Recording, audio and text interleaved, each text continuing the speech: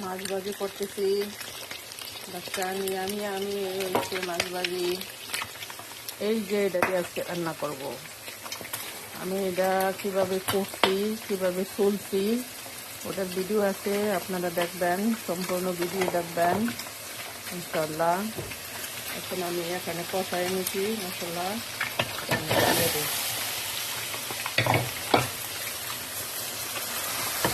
ফুল ভিডিওটা সবাই দেখবেন।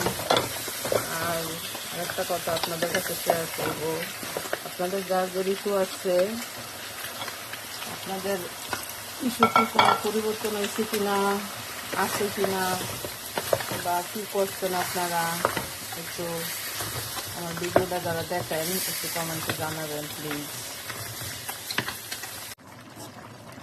এই যে দেখেন আমার সুস্বাদু মরিচ, এই মরিচে তরকারির তো স্বাদ বাড়ায়, আর যদি কাঁচা ভাতের সাথে খাওয়া যায় মনে হয় যেন আরেক প্লেট ভাত লড়তে হবে।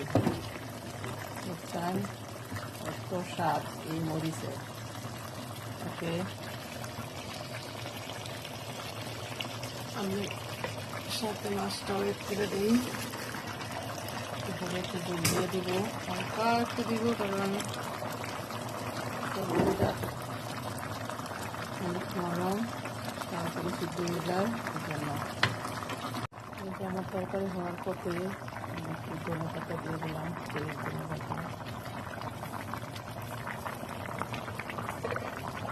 একদিন আমার এক ভাই কমেন্টে জানিয়েছিল যে আমি এত তরকারি রান্না করি কেন। ওই দিন মনে আমি কারোর দিয়েছিলাম সেম থিং, আসতো আমার তরকারি আজকে বেড়াইতে যাব। মাঝে মাঝে এমনটা করি আমি।